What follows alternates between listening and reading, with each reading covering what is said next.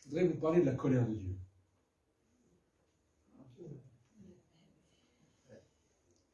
Il y en a qui pourraient se mettre en colère si on leur parle de la colère de Dieu. Car souvent, cela touche quelque chose de sensible dans leur vie. Ça pourrait réveiller même des blessures passées, parce qu'ils auraient été victimes d'une colère particulière et intense. Et pour d'autres, cela ne peut pas aller avec le schéma qu'ils se font de Dieu. Ils ont un schéma d'un Dieu d'amour, et c'est vrai, on l'a même dit, parce qu'ils ne sont pas intéressés par un Dieu qui manifesterait sa colère. Mieux vaut vivre sans croire à un Dieu qui affirme sa colère. Il y a des gens comme ça. Frédéric Philippe Brousse était l'un des érudits évangéliques le plus influent de la seconde moitié du XXe siècle. Et il explique dans son commentaire de l'Épître aux Romains, il dit, je cite, « En tant qu'humains, nous éprouvons beaucoup de peine à associer l'idée de colère à la personne de Dieu. Sans doute est-ce parce que la colère dont nous voyons les effets dans notre vie quotidienne est toujours entachée de péché et de passions égoïstes. Il n'en est pas ainsi de la colère divine. Et comme nous l'avons lu là, il y en a beaucoup parmi les croyants qui sont offusqués d'entendre dire que Dieu soit en colère. Et ce malaise est dû très probablement à l'impression que cette colère, elle est indigne de Dieu. Parfois même, certains pensent que Dieu est en colère, s'imaginant qu'il se mettrait à nous juger sous une impulsion colérique, une espèce de réaction hystérique, en nous faisant vivre des souffrances et des injustices de toutes sortes. Il y en a qui pensent que c'est comme ça, la colère de Dieu. C'est pas comme ça. C'est différent et c'est pire. En fait, ils ont une réaction émotionnelle et viscérale. Nous avons parfois une réaction viscérale, émotionnelle. Pour eux, Dieu serait injuste lorsqu'il exprime sa colère. Même s'ils savent bien que les hommes ne sont pas parfaits, ils ne méritent pas tout ce déchaînement de fureur de la part de Dieu. On met dans le panier de la colère, pour prendre une image, tout ce que nous connaissons d'elle par les actions humaines. Que voyons-nous dans ce fameux panier? La perte de la maîtrise de soi. Vous avez vu des gens en colère, ils ne se maîtrisent plus. On voit quoi? Des crises soudaines, à la limite de l'irrationnel. La rage qui naît d'un sentiment d'impuissance, parfois. Un orgueil blessé, se met en colère. Un accès de mauvaise humeur. Et pour d'autres, même, la colère divine impliquerait même une idée de cruauté. Vous voyez, nous associons, subrepticement, comme ça, la colère humaine à celle de Dieu. Parker, qui est un érudit aussi, a écrit dans son livre « La connaissance de Dieu », on en avait parlé la dernière fois, il a écrit ce qui suit, je vais vous le citer. « Cette façon de faire s'explique par le fait que Dieu, ayant créé l'homme à son image, ce sont la personnalité et le caractère humain qui ressemblent le plus à ceux de Dieu. » On appelle ça un anthropomorphisme, vous voyez? Eh bien, ce type d'anthropomorphisme a sa raison d'être. Mais elle limite quand même la réalité et la vérité qui concerne Dieu. La colère de Dieu exprime une évidence que les humains ont voilée. Elle pointe du doigt une vérité, une factualité. Elle repose sur un bien fondé qui démontre que Dieu n'est pas impulsif, n'est pas irraisonné, n'est pas immoral, n'est pas injuste lorsqu'il manifeste sa colère. Non, Dieu n'est pas comme ça. Mais alors, de quoi s'agit-il justement quand la Bible nous parle de la colère de Dieu? Eh bien, écoutez, le Seigneur m'a montré que je devais partir d'un psaume. Alors, on va lire un texte qui sera l'arrière-fond de notre sujet. C'est un psaume, le seul psaume de Moïse qui nous a été consigné dans les Saintes Écritures. Vous connaissez le psaume de Moïse dans les Saintes Écritures? Voilà, c'est le psaume 90. Prière de Moïse, homme de Dieu. Seigneur, tu as été pour nous un refuge de génération en génération. Avant que les montagnes soient nées et que tu aies créé la terre et le monde, d'éternité en éternité, tu es Dieu. Tu fais rentrer les hommes dans la poussière. Et tu dis, fils de l'homme, retournez. Car 1000 ans sont à tes yeux comme le jour d'hier, quand il n'est plus, comme une veille de la nuit. Tu les emportes, semblables à un songe, qui le matin passe comme l'herbe. Elle fleurit le matin et elle passe. On la coupe le soir et elle sèche. Nous sommes consumés par ta colère et ta fureur nous épouvante. Tu mets devant toi nos iniquités et à la lumière de ta face nos fautes cachées. Tous nos jours disparaissent par ton courroux. Nous voyons nos années s'évanouir comme un son. Les jours de nos années s'élèvent à 70 ans, et pour les plus robustes, à 80 ans. Et l'orgueil qu'ils en tirent n'est que peine et misère, car ils passent vite et nous nous envolons. Qui prend garde à la force de ta colère et à ton courroux, selon la crainte qui t'est due?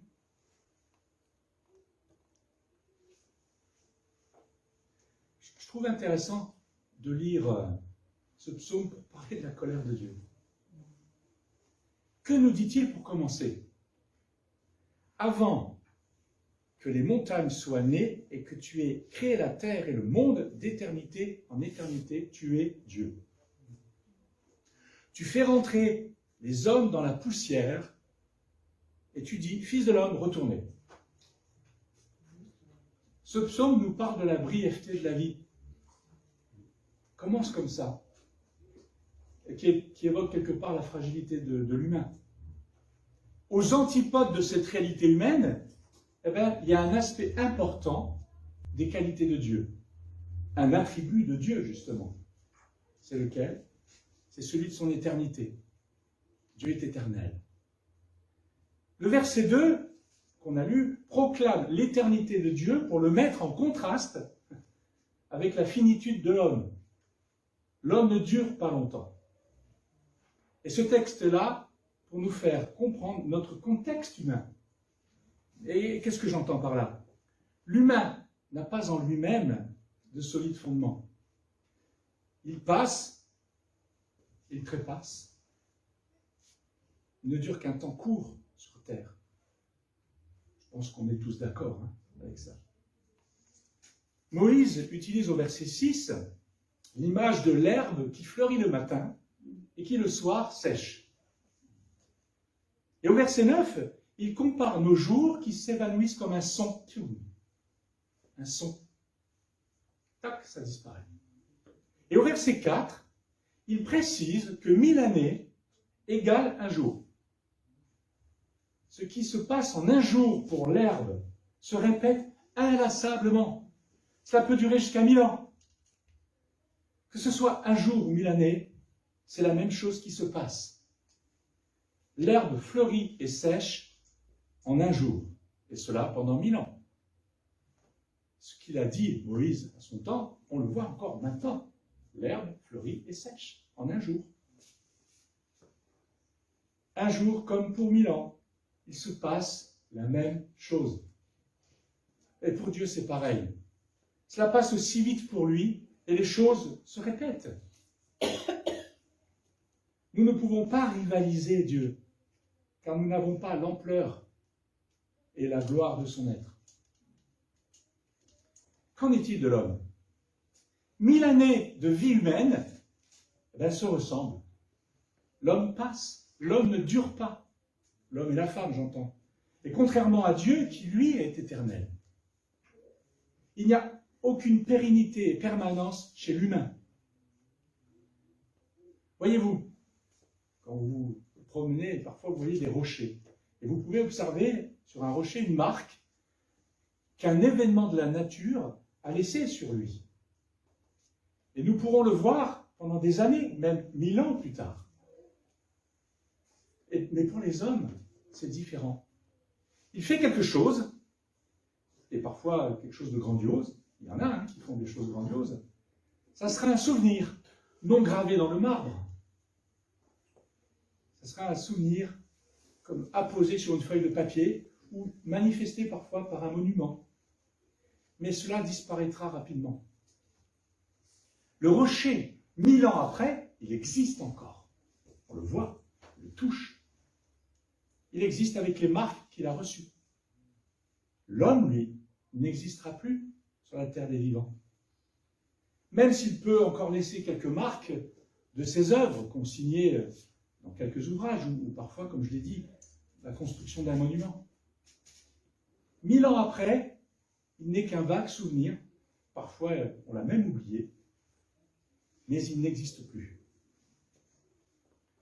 Sénèque, qui est né dans l'actuel Cordoue, au sud de l'Espagne, il est né 4 avant Jésus-Christ, et puis il est mort le 65 après Jésus-Christ. Sénèque, c'est qui Sénèque? C'est un philosophe de l'école stoïcienne. Pourquoi je vous parle de lui? Il a dit ce qui suit, Sénèque. Il a dit « Toute la vie n'est qu'un voyage vers la mort ». Voyez-vous, nous pouvons tous être des Sénèques, parce que qui un jour n'a pas pensé ça dans son cœur, que toute la vie n'est qu'un voyage vers la mort.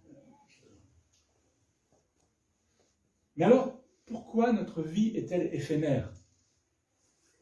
Le verset 3 à 6 qu'on a lu, il souligne avec poésie cet aspect de notre vie. On ne peut qu'acquiescer en les lisant. Je vais le relire. Tu fais rentrer les hommes dans la poussière et tu dis, Fils de l'homme, retournez, car 1000 ans sont à tes yeux comme le jour d'hier, quand il n'est plus, et comme une veille de la nuit. Tu les emportes semblables à un songe qui le matin passe comme l'herbe. Elle fleurit le matin et elle passe. On la coupe le soir et elle sèche. Et plus loin, au verset 9 et 10, tous nos jours disparaissent par ton courroux. Nous voyons nos années s'évanouir comme un son. Les jours de nos années s'élèvent à 70 ans et pour les plus robustes à 80 ans. Et l'orgueil qu'ils en tirent n'est que peine et misère. Notre vie est éphémère. Et c'est à cause de la colère de Dieu, nous dit Moïse. Regardez au verset 7 et au verset 9, il nous est dit quoi? Nous sommes consumés par ta colère et ta fureur nous épouvante. Verset 9, tous nos jours disparaissent par ton courroux, courroux étant la colère de Dieu, et nous voyons nos années s'évanouir comme un son. Alors, pourquoi Dieu est-il en colère? C'est le verset 8 dans ce psaume qui nous donne la raison pour laquelle Dieu est en colère. L'avez-vous remarqué? Tu mets devant toi nos iniquités et à la lumière de ta face nos fautes cachées. Ce verset 8 se trouve au milieu des versets 7 et 9, et ces deux versets justement, 7 et 9, nous indiquent la manifestation de la colère de Dieu. Alors je vais vous parler des deux faces de la colère de Dieu. Le recto verso de la colère de Dieu. Le recto. La colère de Dieu signifie qu'il est le péché. Nous verrons dans la suite du message ce que représente et signifie le mot péché, en tout cas une partie. Tout d'abord, la Bible nous dévoile plus amplement les raisons de la colère de Dieu.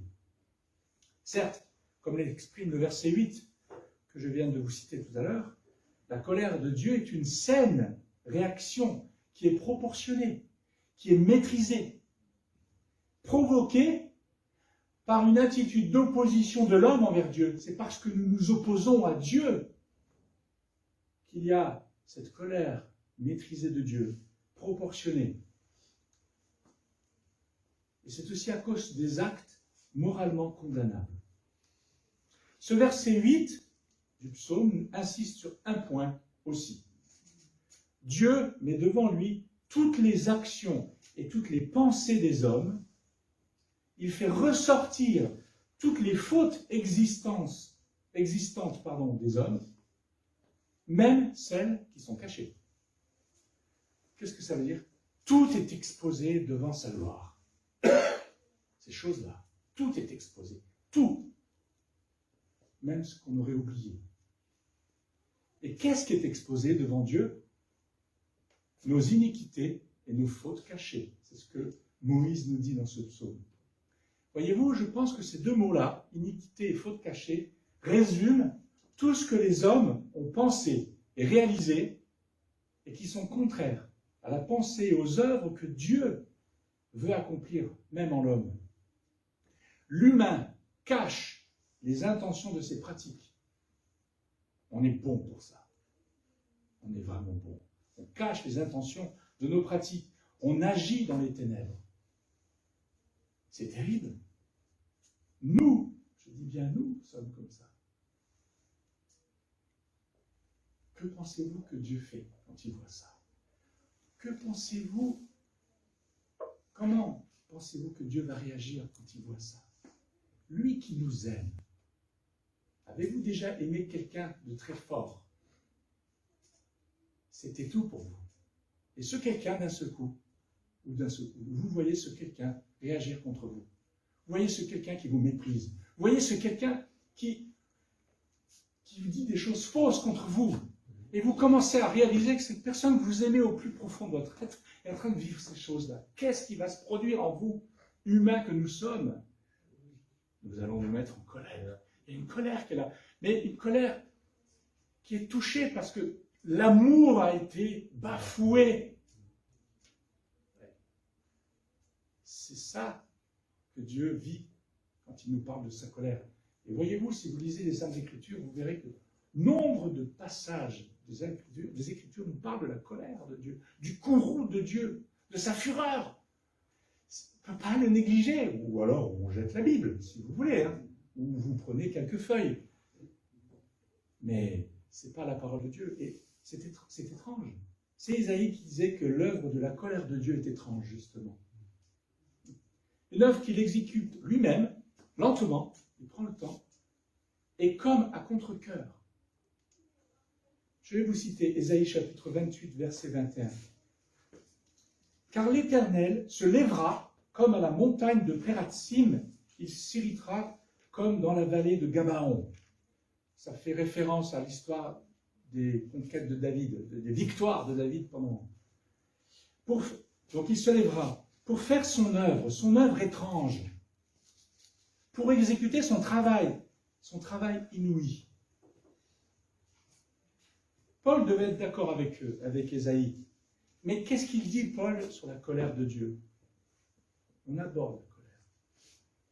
Chapitre 1 de l'Épître aux Romains, au verset 18 à 19. Je pense que vous connaissez ce texte, mais on va le lire. « La colère de Dieu se révèle du ciel contre toute impiété, toute injustice des hommes qui retiennent injustement la vérité captive. Car ce qu'on peut connaître de Dieu est manifeste pour eux, Dieu le leur ayant fait connaître. » Après avoir présenté en résumant rapidement ce qu'est l'Évangile, c'est le verset juste avant, Paul, il commence sa démonstration en mentionnant quoi? La colère de Dieu. En fait, l'apôtre présente la révélation de la colère de Dieu comme l'arrière-plan de l'œuvre spécifique divine de la grâce de Dieu. Nous parlons de la grâce de Dieu, nous parlons de l'amour de Dieu. Tu dois parler de la colère parce qu'elle se trouve là avant. Pourquoi il y a la grâce de Dieu? Pourquoi Dieu nous fait grâce? Mais s'il ne nous faisait pas grâce, la colère est là. Vous savez, il nous tient dans la main, Dieu. L'enfer est là. S'il fait ça, on tombe dedans. C'est une image, bien sûr. Et l'enfer, on peut pas, je vais en parler un peu de ça. C'est parce qu'il ne le fait pas. Il est quand même en colère. La colère de Dieu est là. On n'en tremble même pas des fois, tellement on est insensible. Et quand j'ai préparé ça, je commençais à réaliser ça. J'ai dit, waouh, Seigneur, autant Dieu est en colère, autant Dieu nous aime. Et autant Dieu nous aime, autant Dieu est en colère. Il ne faut pas l'oublier. Je pense qu'à un moment dans notre vie, nous devons comprendre les raisons de la colère de Dieu, en fait, pour mieux saisir la splendeur de son œuvre, qui est celle justement de nous faire grâce et de nous accorder une vie nouvelle. La colère de Dieu, comme dit Paul, se révèle. La colère de Dieu est constamment révélée.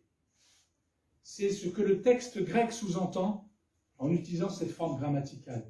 Elle est constamment révélée. On ne le voit pas en français, mais le mot grec, la conjugaison de ce verbe, la révéler, c'est-à-dire c'est constamment révélé.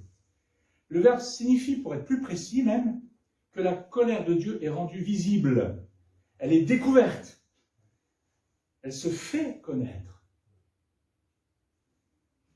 Elle est tout d'abord une opposition.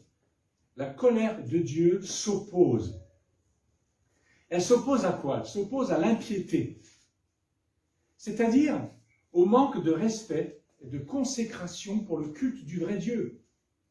Elle s'oppose à une mauvaise relation que nous avons avec lui, quand il y en a une.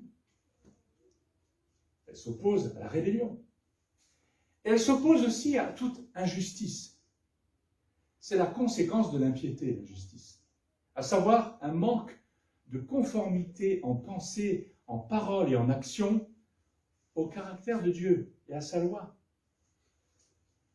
Frédéric Godet, c'est un théologien intéressant, il a écrit ce qui suit. Par impiété, asébéia en grec, mais bon, par impiété, Paul désigne tous les manquements de la sphère religieuse. Et par injustice, adikia, tous ceux qui appartiennent au domaine moral. Moral et religieux, tout ça. Alors pourquoi l'homme est impie et pourquoi l'homme est injuste? Pourquoi? Paul nous dit que c'est justement parce qu'ils retiennent injustement la vérité captive. Drôle de phrase, hein. Moi j'ai toujours eu du mal avec cette phrase. Il retient injustement la vérité captive. C'est étrange, n'est-ce pas? Et c'est à cause de ça que l'homme est impie et injuste. Donc il faut quand même s'intéresser. Qu'est-ce que ça veut dire? Il nous est dit que l'homme garde la vérité prisonnière. On a cette capacité de prendre la vérité et de la garder prisonnière. Il empêche, l'homme, l'humain, empêche la vérité qu'elle soit libérée. Et libérée pour être reconnue et saluée. La vérité existe bien. Mais l'homme, il la retient captive. Ce qu'il fait là est injuste. Ils retiennent mal et méchamment la vérité prisonnière. C'est le sens que nous pourrions donner à injustement. Il retient injustement. Et de quelle vérité parle-t-on ici? De quelle vérité Paul nous parle là? Eh bien, si vous lisez les versets 19 et 20, on ne va pas le lire, mais vous vous rendez compte qu'il parle de l'existence de Dieu et de son caractère. Paul nous dit que la nature nous révèle son créateur. Un peu comme un peintre nous révèle le talent. Une peinture nous révèle le talent d'un peintre. Personne n'irait dire que cette peinture s'est faite toute seule. C'est un livre ouvert. C'est un livre ouvert pour comprendre les grands traits de caractère et la dimension du Créateur. Dieu, Paul nous dit ça. Il dit, vous voyez, et les hommes le voient, les hommes cachent, tiennent la vérité captive, ils ne veulent pas savoir ça. C'est comme ça que ça a commencé, et nous sommes dans cette lignée-là. Paul prouve par les versets qui suivent que les hommes n'avaient pas conservé le dépôt de la vérité. Ils n'ont pas conservé... Alors, le dépôt de la vérité, c'est retenir la vérité dans le texte. Traduit par retenir la vérité. Ça veut dire quoi? C'est que les hommes n'ont pas conservé le dépôt de la vérité qui leur avait été confié par la révélation naturelle. Retenir, ça indique l'activité perverse de la volonté par laquelle les humains ont empêché la connaissance qu'ils avaient reçue de Dieu de s'épanouir dans leur intelligence, comme une lumière. ils ont empêché ça. Et dans leur vie, comme un principe de sainte obéissance, ils ont empêché ça. C'est une volonté perverse. Ça nous suit, ça. Ils ont paralysé en eux l'influence de la vérité par la pratique et par l'amour du mal.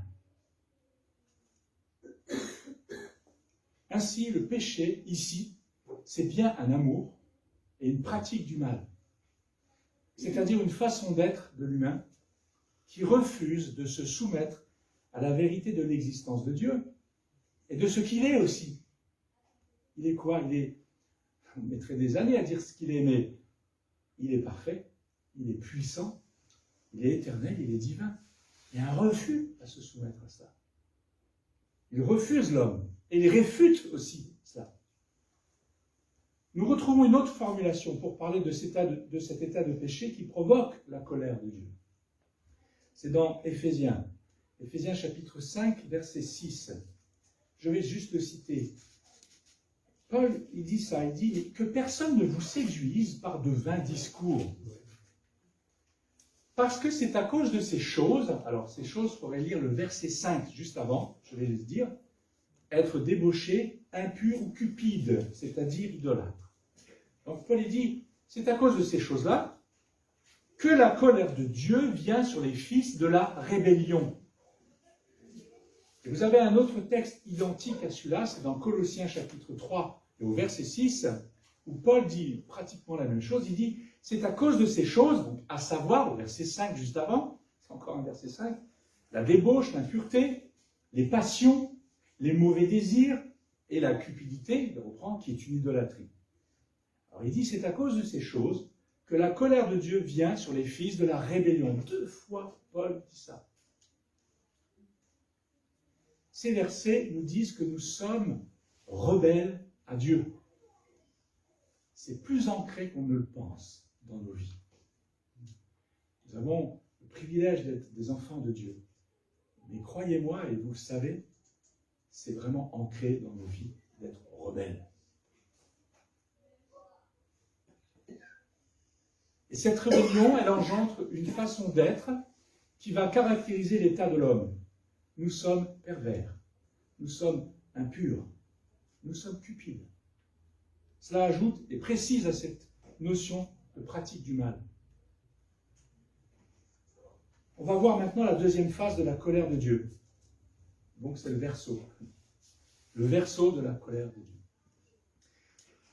Ben, c'est Jésus qui apporte une lumière inédite sur cette colère de Dieu. Je vais vous citer l'évangile de Jean, chapitre 3, verset 36. C'est Jésus qui parle. Celui qui croit au Fils, il a la vie éternelle. Celui qui ne croit pas au Fils ne verra pas la vie, mais la colère de Dieu demeure sur lui. Alors, Jésus nous dit que celui qui ne croit pas au Fils de Dieu, c'est-à-dire à tout ce que le Fils est pour Dieu le Père, tout ce qu'il est aussi pour nous les hommes, alors celui qui ne croit pas en lui, la colère de Dieu demeure sur lui. De plus, cet homme, cette femme qui ne croit pas, il n'a pas la vie éternelle. C'est ce qu'il dit Jésus. Sa condition est celle d'un homme perdu, d'une femme perdue. Ils connaîtront la mort. Et c'est la mort éternelle dont il est parlé là. Parce qu'il nous parle bien de la vie éternelle. La colère de Dieu est non seulement sur les rebelles à Dieu, mais aussi sur ceux qui ne veulent pas croire au Christ. Et cela rejoint encore notre verset de l'Épître aux Romains que nous avons vu précédemment. Les hommes, encore une fois, retiennent la vérité, l'emprisonnent, l'empêchent d'être libre et vivante pour eux. Ils se condamnent eux-mêmes à demeurer sous la colère de Dieu. C'est nous qui nous mettons sous la colère de Dieu. Et cette mise en garde est très sérieuse pour Jésus-Christ. Très sérieuse. Si quelqu'un a parlé le plus souvent de la colère de Dieu et du jugement, c'est Christ. Lui qui aime tant et qui aime vraiment. Il ne désire vraiment pas que cela se passe pour vous qui écoutez et qui n'avez pas encore fait la paix avec Dieu. Celui qui n'a pas fait la paix avec Dieu, la colère de Dieu, elle est là encore. À celui qui refuse de se repentir, c'est-à-dire de changer de point de vue, la Bible nous adresse cet autre avertissement que je vais lire. C'est encore dans l'Épître aux Romains, au chapitre 2, versets 5 à 8. Paul y parle, il dit, mais par ton endurcissement et par ton cœur impénitent, tu t'amasses un trésor de colère pour le jour de la colère et de la manifestation du juste jugement de Dieu, qui rendra à chacun selon ses œuvres. Et Dieu est juste. Il réserve la vie éternelle à ceux qui, par la persévérance à bien faire, cherchent l'honneur, cherchent la gloire, cherchent l'immortalité. Mais l'irritation et la colère à ceux qui, par esprit de dispute, sont rebelles à la vérité et obéissent à l'injustice. Si quelqu'un parmi nous ici se trouve dans cette situation, il faut qu'il sache que la colère de Dieu repose sur lui. Il faut le savoir. Ce n'est pas la paix de Dieu, ce n'est pas la joie de Dieu, c'est la colère de Dieu. Est-ce que cela satisfait Dieu de voir sa créature ainsi? Non, vous le savez bien, loin de là même. Et c'est toute l'histoire du salut qui va répondre à ce grand mal-être entre Dieu et l'homme, entre Dieu et vous. Il ne s'agit pas de dire « je suis croyant » pour penser que cela ne nous concerne pas. C'est une question de notre état devant Dieu. Tu peux croire en Dieu et être rebelle et pratiquant le mal. Les démons croient en Dieu. Et ils tremblent, nous dit l'apôtre Jacques. Tu crois qu'il y a un seul Dieu, mais tu fais bien. Il parle à des chrétiens là. Tu crois qu'il y a un seul Dieu et tu fais bien. Les démons le croient aussi, ils tremblent. Eux, ils tremblent. Les hommes sont arrivés à un état de perversion tel qu'ils ne tremblent même pas. Sauf le jour où ça viendra. C'est pour ça que Dieu nous prévient avant. Nous vivons à l'époque où Dieu veut encore faire grâce. Il veut faire grâce et c'est sérieux. Et il se peut, là, à cet instant même, que son esprit te parle pour te dire « Fils, fille, tu es dans cette situation.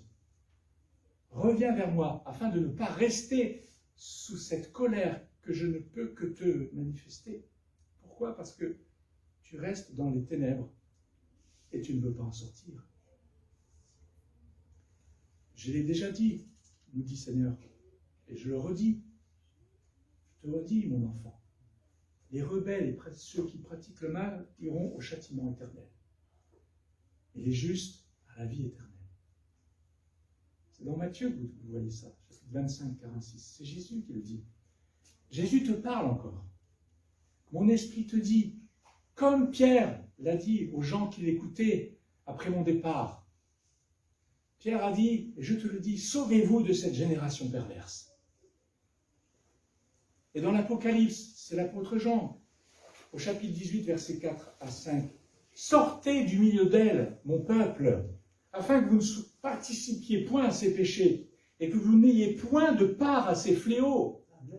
Car ces péchés se sont accumulés jusqu'au ciel, et Dieu s'est souvenu de ses iniquités. Rappelez-vous de Sodome et Gomorrhe. C'était local. Bientôt, ça sera mondial, ça sera l'univers, ça sera la terre entière. La colère de Dieu manifeste vraiment sa justice et sa sainteté. C'est pas rien. Le péché, c'est cette rébellion qui empêche de reconnaître la vérité, qui dévoile qui est Dieu. Ce péché entraîne les hommes et les femmes dans toutes sortes de pratiques contraires à la puissance de Dieu, contraires à la sagesse de Dieu. Et c'est ce qu'on a déjà vu. Et Paul le dit souvent dans ses lettres, il dit, mais c'est la chair, ce qui est condamné, ce qui mène l'homme et la femme à la perdition, c'est la débauche, c'est l'impureté, c'est les passions, c'est les mauvais désirs, c'est la cupidité. Eh bien, ce péché appelle le châtiment éternel de Dieu. c'est pas peut-être que. C'est la colère de Dieu qui est présente déjà, comme le dit, on l'a lu, se révèle constamment, et qui sera aussi à venir. Quand la colère à venir se manifestera par le jugement de Dieu, le temps de la grâce sera terminé. Il faut savoir qu'il y a un temps de grâce, mais il se termine un jour.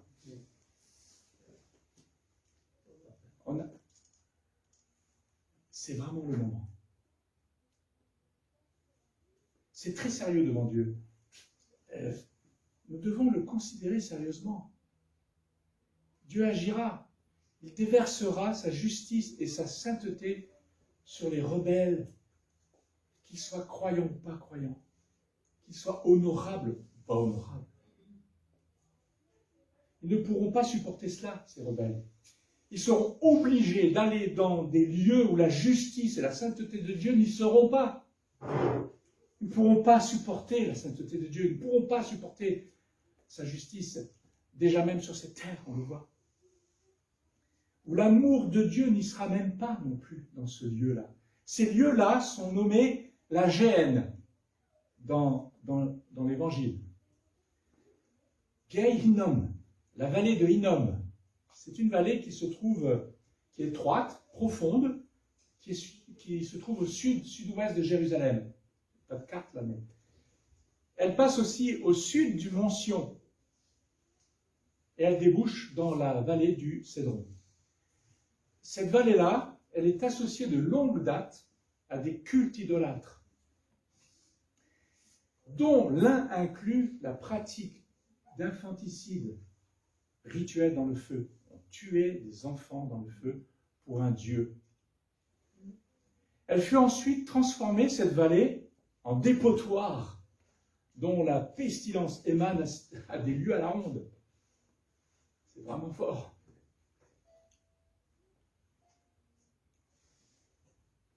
Elle fut aussi également réputée pour être un lieu de réclusion des lépreux et des pestiférés. Vous voyez, c'est ça ce lieu. Et ce lieu a donné le nom de la Géhenne. C'était la vallée. L'enfer fait référence à ce lieu. En enfer, il n'y a pas de sainteté, il n'y a pas de justice, et il n'y a pas d'amour. Pourquoi? Parce que Dieu n'y résidera pas. Et les hommes et les femmes qui y seront le sauront. L'éternité à savoir cela. Jésus a dit ce qui suit. Je me rends compte de ce que je vous dis, ce sont des paroles fortes. On a même l'impression que ce sont des paroles qui ne sont pas de notre temps. Vous avez raison, ils ne sont pas de notre temps. Ils sont pour tous les temps. Ne craignez pas ceux qui tuent le corps et qui ne peuvent tuer l'âme. C'est Jésus qui dit ça. Craignez plutôt celui qui peut faire périr l'âme et le corps dans la géhenne. On reprend le terme. Matthieu, chapitre 10, verset 28. Et Luc, pareil, chapitre 12, verset 5, il nous dit quoi? Je vous montrerai qui vous devez craindre. C'est Jésus qui parle.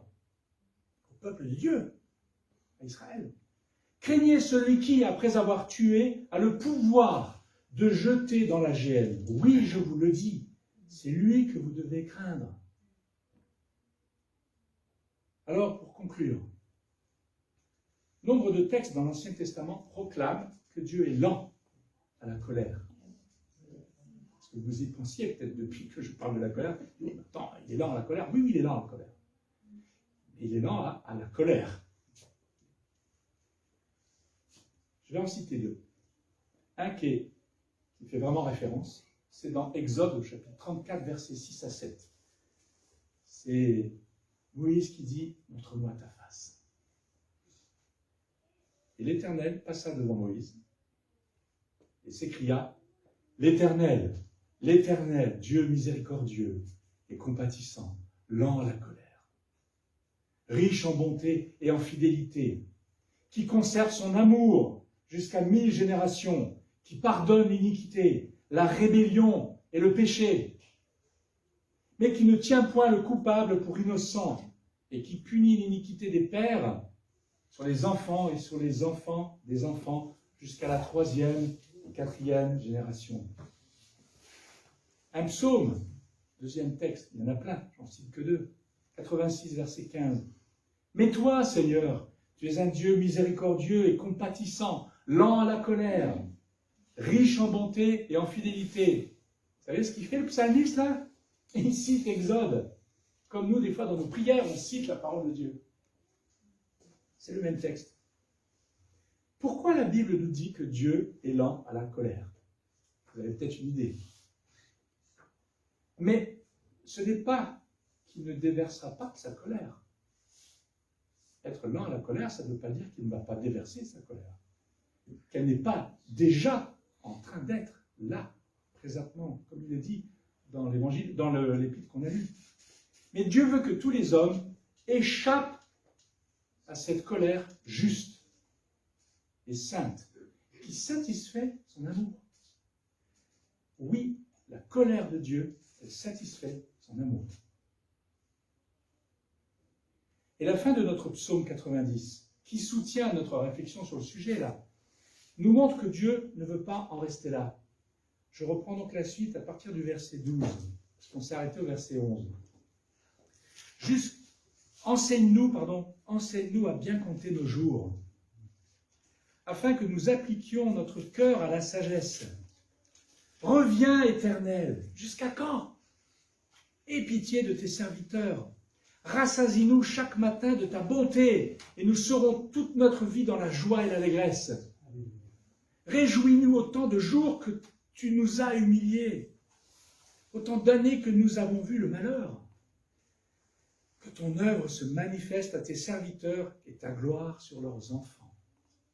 Que la grâce de l'Éternel, notre Dieu, soit sur nous.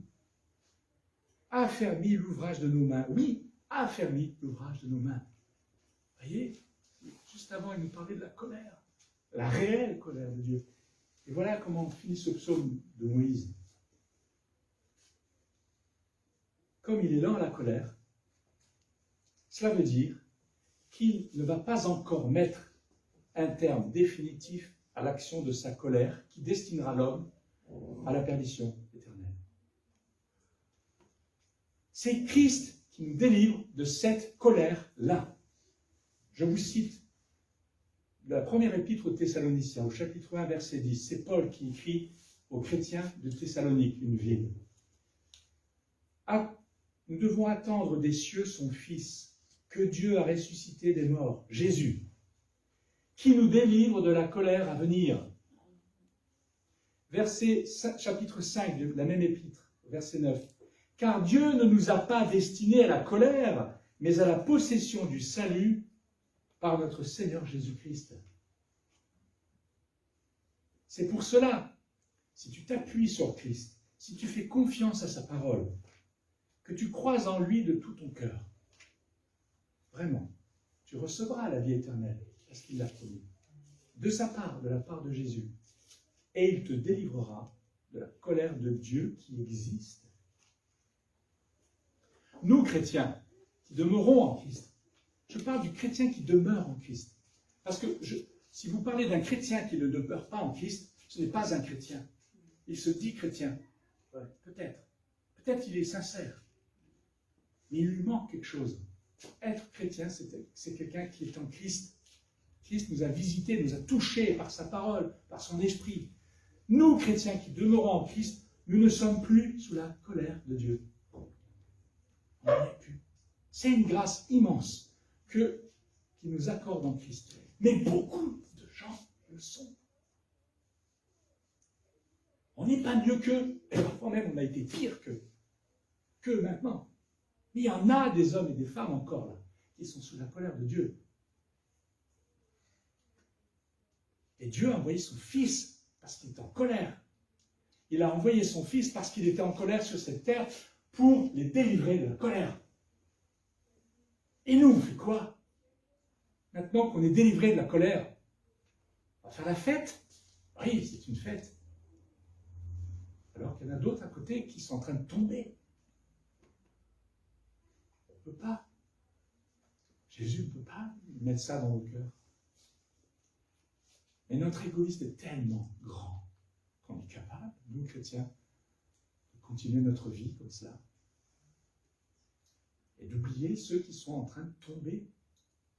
Et vous savez, quand on tombe sur une pente glissante, c'est ton poids qui te fait glisser. Et le poids du péché sur ces hommes et ces femmes comme le nôtre les fait glisser inévitablement en enfer. C'est inévitable. Pour l'instant, Dieu les retient. Parce qu'il est lent à la colère. S'il lâche, il tombe. Allons les voir, ces hommes et ces femmes. On est comme eux. J'ai été pire qu'eux. Je suis plus sous la colère de Dieu. Il faut leur annoncer cela.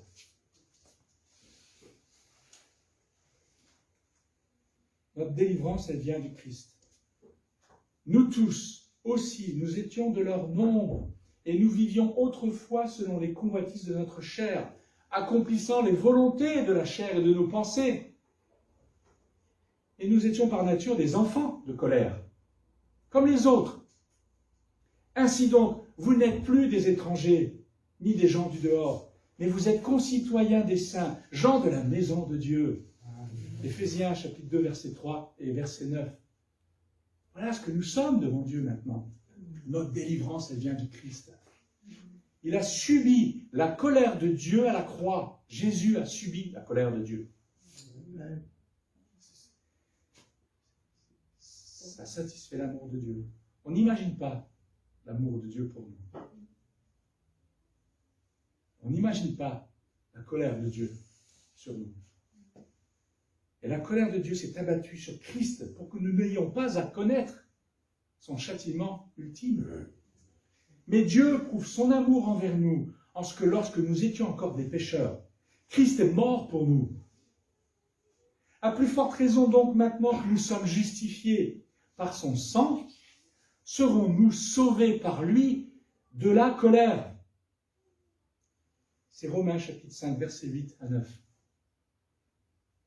L'œuvre de Christ à la croix nous dégage de la colère de Dieu, qui est présente et qui sera, à l'avenir, sera l'expression de son jugement final. Car tous ont péché, sont privés de la gloire de Dieu. Tous. Et ils sont gratuitement justifiés par sa grâce, par le moyen de la rédemption, c'est on rachète, qui est en Jésus-Christ. Jésus nous a rachetés. C'est lui que Dieu a destiné à être, par son sang, pour ceux qui croiraient, victime propitiatoire, afin de montrer sa justice, parce qu'il avait laissé impunis les péchés commis auparavant, au temps de sa patience. C'est Romains, chapitre 3, versets 23 à 25, on ne va pas expliquer ça. Vous savez, c'est Woody Allen qui a dit une chose. Woody Allen a dit que l'éternité, c'est long, surtout vers la fin. Mais paradoxalement, une journée, c'est court, surtout vers la fin. Et aujourd'hui, nous en sommes à la moitié de ce jour. Et pendant qu'il est temps, aujourd'hui, si vous entendez sa voix, n'endurcissez pas vos cœurs. Comme lors de la révolte. Vous voyez, la révolte encore. Dieu fixe de nouveau un jour, aujourd'hui. Aujourd'hui. Il ne veut pas qu'on se dise, ce sera plus tard, je ferai ça après mes études, je ferai ça après tel jour, après, non, après Noël. Aujourd'hui, en disant donc David bien longtemps après, comme il est dit plus haut, aujourd'hui, si vous entendez sa voix, n'endurcissez pas vos cœurs. Chapitre 3 de Hébreux, versets 15 à 4. Et je voudrais qu'on finisse par la prière. Par la prière et en lisant, par la prière, mais en lisant ce texte d'Osée. Osée est un prophète qui a parlé à son peuple pour leur dire il faut qu'ils arrêtent leurs bêtises, il faut qu'ils arrêtent leur révolte, il faut qu'ils arrêtent de croire qu'ils sont à Dieu et que tout se passe bien. Ils sont à Dieu, mais ils font n'importe quoi et ils vont être condamnés et ils vont périr. Et ils périssent parce qu'ils manquent de connaissance de Dieu. Ils ne connaissent pas Dieu. Et il n'arrêtait pas de leur dire le jugement arrive et vous serez jugés. Les Assyriens vont venir, vont vous déporter de votre ville, vous serez détruits. Il y aura des morts, des femmes et des enfants qui seront violés, qui seront tués. Voilà ce que le prophète dit à ces gens-là, à des chrétiens, enfin, c'est pas des chrétiens à l'époque, à des croyants en Dieu, parce qu'ils ne marchaient pas avec Dieu, parce qu'ils étaient rebelles. Et nous sommes parfois rebelles. dans nos cœurs, dans nos vies. On le voit. Dieu nous dit stop, stop. Et à la fin, le prophète, animé de l'amour de Dieu, voilà ce qu'il dit, et c'est ma prière. Israël, reviens à l'Éternel, ton Dieu. Car tu es tombé par ton iniquité. Apportez avec vous des paroles et revenez à l'Éternel. Dites-lui, disons-lui, pardonne toutes les iniquités et reçois-nous favorablement. Nous t'offrirons, au lieu de taureaux, c'était les sacrifices de l'époque, l'hommage de nos lèvres. L'Assyrien ne nous sauvera pas. Nous ne monterons pas sur des chevaux pour aller à la guerre. Et nous ne dirons plus à l'ouvrage de nos mains notre Dieu. Car c'est auprès de toi que l'orphelin trouve compassion. Et Dieu parle et dit, je réparerai leur infidélité. J'aurai pour eux un amour sincère, car ma colère s'est détournée d'eux. Je serai comme la rosée pour Israël, il fleurira comme le lys, et il poussera des racines comme le Liban. Osée chapitre 14. Merci pour ta grâce, Seigneur, qui est immense. Je ne sais pas pourquoi tu as voulu que je parle de cela à mes frères ici, dans cette salle. Je ne sais pas. Mais c'est vrai que ta colère, Seigneur, elle est réelle dans ce bas monde. Oh Père, que nous soyons vraiment sensibles complètement à ta parole, toute ta parole, qu'on puisse honorer ton nom en obéissant à ce que tu nous dis dans ta parole. Cette obéissance, c'est dans notre cœur. Aide-nous à obéir, aide-nous à sortir, Seigneur, de notre léthargie.